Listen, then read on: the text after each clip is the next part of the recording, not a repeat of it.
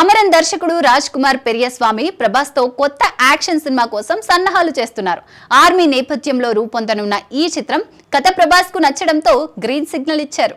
అమరన్ సినిమాతో successful director గా నిలిచిన రాజ్ కుమార్ పెరియస్వామి ఇప్పుడు రెబల్ స్టార్ ప్రభాస్ తో భారీ యాక్షన్ కోసం సిద్ధమవుతున్నారు. ఆర్మీ బ్యాక్ డ్రాప్ లో రూపొందే ఈ చిత్ర కథను ప్రభాస్ కు వినిపించగా ఆయన ఓకే చెప్పారు. పూర్తి స్క్రిప్ట్ తో మళ్లీ రావాలని సూచించారు. యువీ క్రియేషన్స్ ఈ ప్రాజెక్టును నిర్మించేందుకు ఆసక్తి చూపుతోంది.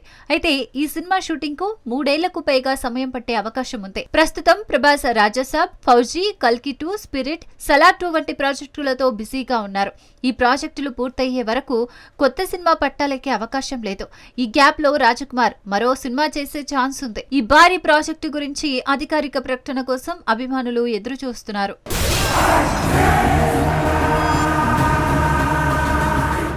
Bollywood star Deepika Padukone Hollywood walk of fame లో స్థానం సంపాదించారు.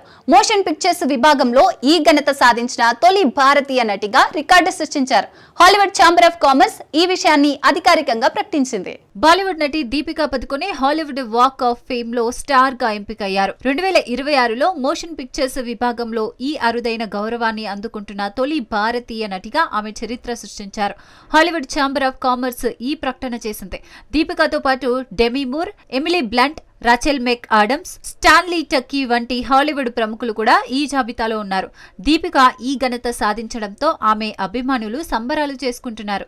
ఆమె నటన అంతర్జాతీయ సినిమాలో ప్రభావం ఈ గుర్తింపునకు కారణమని నిపుణులు అభిప్రాయపడుతున్నారు. ఈ అరుదైన గౌరవం భారత సినిమా పరిశ్రమ ఖ్యాతిని ప్రపంచ వేదికపై మరింత ఉన్నతం చేసింది.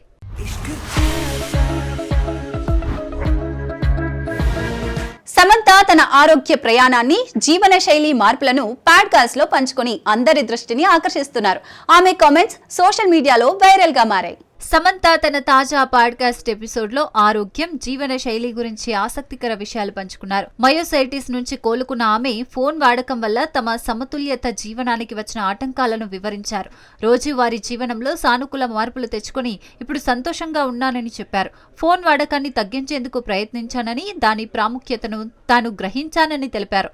3 రోజుల సైలెంట్ రీట్రీట్ తో ఫోన్ కమ్యూనికేషన్ లేకుండా బయట ప్రపంచానికి దూరంగా ఉండటం వల్ల మెదడు సమర్థవంతంగా పనిచేసిందని ఆమె వెల్లడించారు.